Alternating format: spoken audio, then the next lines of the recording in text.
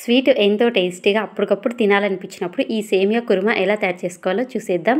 పాలు పొంగినంత సేపు కాదండి ఈ స్వీట్ రెడీ అయిపోతుంది. ప్యాన్ పెట్టేసుకొని ఓ స్పూన్ నెయ్యి వేసేసుకొని అలాగే జీడిపప్పు, ద్రాక్ష వేసేసుకొని ఈ సేమియా ఆల్రెడీ వేయించే ఉంటుంది. మరొకసారి నెయ్యిలో 1 నిమిషం అలా వేంపేసుకొని ఇప్పుడు కాంచిన పాలు పోసేసుకొని 1 కప్పు పాలు అలాగే 1 కప్పు షుగర్ వేసేసుకొని సగం కప్పు వాటర్ పోసేసుకొని జస్ట్ పొంగు వచ్చిందంటే చాలు బంద్ చేసేసుకోవడమే. ఇలాచి పౌడర్ వేసేసుకొని చిన్న సేమియా కాబట్టి త్వరగా ఉడికిపోతుంది. జస్ట్ పొంగు వస్తే చాలండి, బంద్ చేసుకున్నామంటే ఉడికిపోతుంది. ఈ స్వీట్ అనేది చాలా తొందరగా ఈజీ ప్రాసెస్లో రెడీ చేసుకోవచ్చు. చాలా టేస్టీగా కూడా ఉంటుంది.